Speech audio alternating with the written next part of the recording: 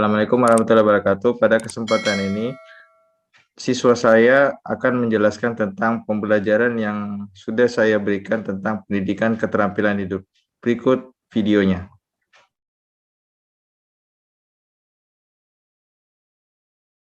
Assalamualaikum warahmatullahi wabarakatuh. Perkenalkan, nama saya Rani Maharani. Di video kali ini saya akan menjelaskan tentang organ reproduksi wanita, bagian luar dan bagian dalam, dan alasan mengapa terjadinya menstruasi. Untuk itu, mari kita simak video berikut ini. Ini adalah gambar organ reproduksi wanita, bagian luar. Ini disebut anus. Anus bukan merupakan alat kelamin perempuan atau organ reproduksi wanita karena terhubung dengan sistem pencernaan kita yang berfungsi untuk mengeluarkan kotoran-kotoran dari tubuh manusia atau disebut buang air besar. Selanjutnya disebut labior minora dan labior manora. Labior minora atau bibir kecil dan labior mayora atau bibir besar merupakan tempat untuk melindungi alat kelamin perempuan. Selanjutnya disebut klitoris. Bagian ini disebut klitoris. Klitoris merupakan ujung-ujung syaraf yang bersifat sensitif atau peka terhadap rangsangan. Selanjutnya, bagian ini disebut uretra. Uretra adalah tempat di mana keluarnya air seni dari tubuh manusia atau organ kelamin perempuan. Dan yang terakhir disebut vagina. Vagina ini adalah tempat yang menghubungkan serviks atau bagian bawah rahim menuju bagian luar tubuh. Vagina ini dapat melebar. Vagina ini juga tempat di mana keluarnya bayi saat melahirkan, tempat di mana penis atau organ reproduksi laki-laki dimasukkan saat ingin berhubungan seks, dan yang terakhir adalah tempat di mana keluarnya darah saat menstruasi. Selanjutnya, ini adalah organ reproduksi wanita bagian dalam. Yang pertama, bagian ini disebut vagina. Vagina adalah tempat di mana keluarnya bayi saat melahirkan. Kedua, tempat di mana organ reproduksi laki-laki atau penis masuk saat ingin berhubungan seks dengan perempuan. Dan yang ketiga adalah tempat di mana darah menstruasi perempuan keluar. Selanjutnya, bagian ini disebut dengan endometrium. Endometrium merupakan dinding rahim yang dilapisi oleh jaringan biologis. Setelah wanita pubertas, endometrium ini akan semakin menebal. Namun saat tidak dibutuhkan oleh tubuh untuk melindungi bayi, endometrium ini akan keluar dari tubuh dalam bentuk darah menstruasi. Selanjutnya, bagian ini disebut rahim. Rahim ini adalah ruang untuk mengandung bayi. Selanjutnya, kedua bagian ini disebut tuba fallopi. Terlihat seperti kedua lengan yang dengan jari-jari.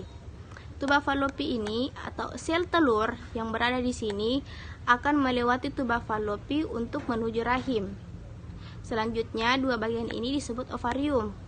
Dalam ovarium, sel-sel telur atau disebut ovum akan bercampur dengan sperma untuk membuat bayi.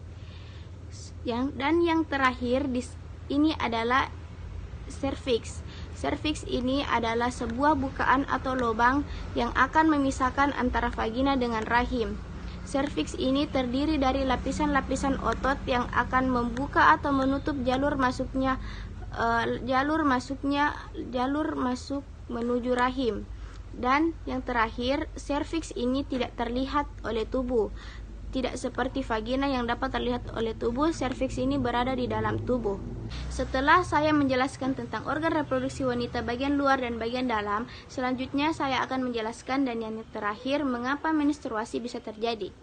Jadi, menstruasi adalah siklus bulanan yang dialami oleh wanita. Mengapa menstruasi bisa terjadi? Karena sel telur yang dibuahi seharusnya menempel pada dinding rahim yang telah menebal. Namun karena tidak adanya terjadi pembuahan pada dinding rahim tersebut, maka meluruh dan menimbulkan darah. Darah tersebut disebut darah menstruasi. Jadi darah menstruasi ini akan keluar dari tubuh manusia setiap bulannya. Normalnya kurun waktu menstruasi dalam 1 bulan adalah 4-6 hari. Dan menstruasi ini terjadi saat wanita atau perempuan telah pubertas. Terakhir, kami telah memahami pendidikan keterampilan hidup. Lebih dan kurangnya mohon dimaafkan dan dimaklumi. Wassalamualaikum warahmatullahi wabarakatuh.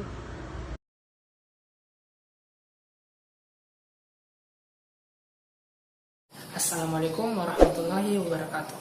Perkenalkan, nama saya Muhammad Al-Fatilham dari kelas 11 IPA 6 SMA Negeri 4 Makassar. Pada video kali ini saya akan menjelaskan tentang sistem reproduksi pria. Sebelum itu, apakah kalian tahu apa itu sistem reproduksi manusia? Sistem reproduksi manusia merupakan suatu proses biologis pada individu untuk menghasilkan individu baru. Pada sistem reproduksi pria, terdapat organ-organ yang berperan. Dalam sistem reproduksi pria, terdapat dua bagian organ, yaitu organ bagian dalam dan organ bagian luar. Organ bagian luar yang terdiri dari penis dan skrotum. Penis berfungsi sebagai saluran tempat keluarnya urin dan sperma, sedangkan skrotum berfungsi sebagai tempat menjaganya suhu tetis. Selanjutnya, organ bagian dalam. Organ bagian dalam yang terdiri dari testis yang berfungsi sebagai tempat reproduksinya sperma dan tempat reproduksinya hormon testosteron. Selanjutnya, epididymis. Epididymis yang berfungsi sebagai tempat penyimpanan sementara sperma.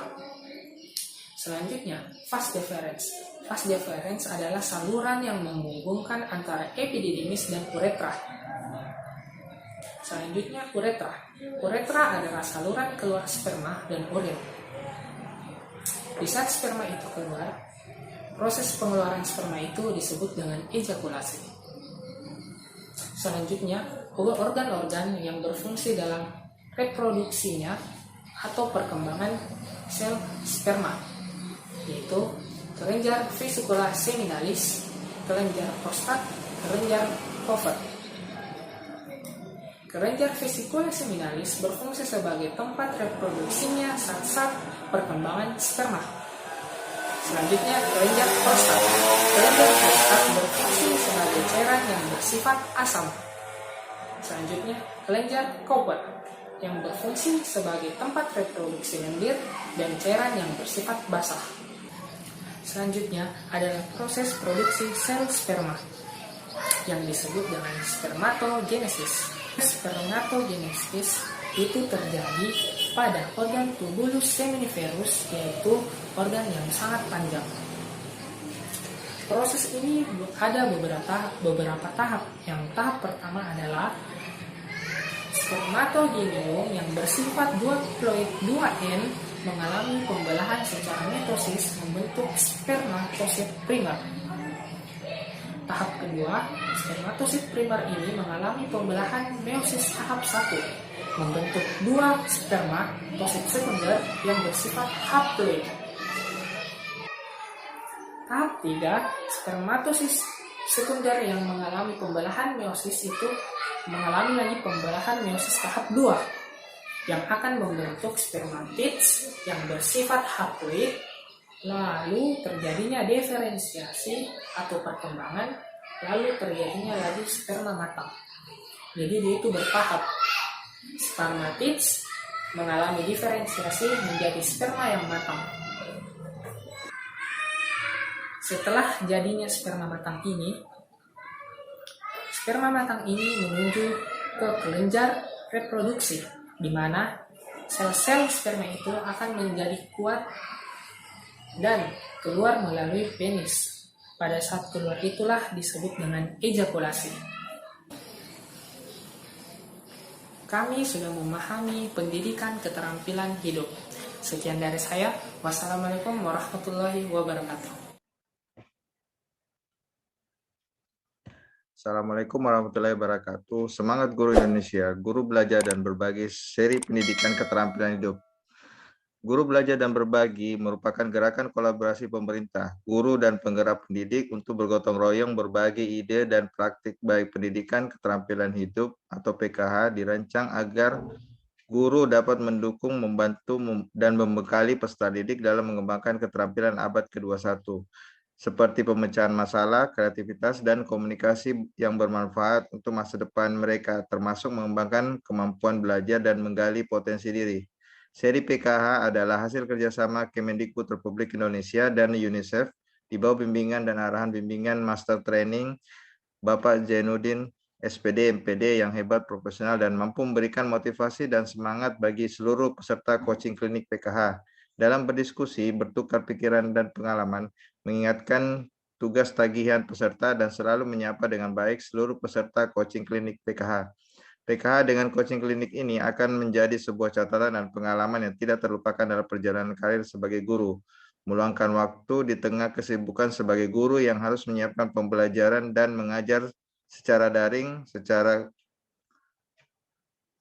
dengan sabar, bagian dari sebuah proses yang harus kami jalani. Karena kami berpikir bahwa sebuah proses yang berangkat dari niat yang baik dan bermuara pada kebaikan, dan ini merupakan langkah menuju perubahan pola pikir yang menggunakan metode pembelajaran yang aktif, partisipatif, dan menyenangkan. Tidak ada kata terlambat, mari belajar dan terus belajar menjadi guru yang memiliki kemampuan untuk memfasilitasi pembelajaran yang komprehensif dan membekali peserta didik dalam membuat keputusan dan mengelola risiko dalam hidup mereka. Guru hebat, Indonesia hebat. Terima kasih. Wassalamualaikum warahmatullahi wabarakatuh.